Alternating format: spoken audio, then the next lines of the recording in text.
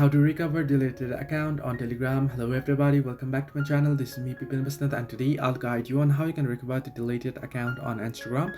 Now what you need to know is if you forgot your password or accidentally delete the Telegram application, you can easily recover your Telegram account by reinstalling the application, verifying your phone number, and following the on-screen instructions to create a new password.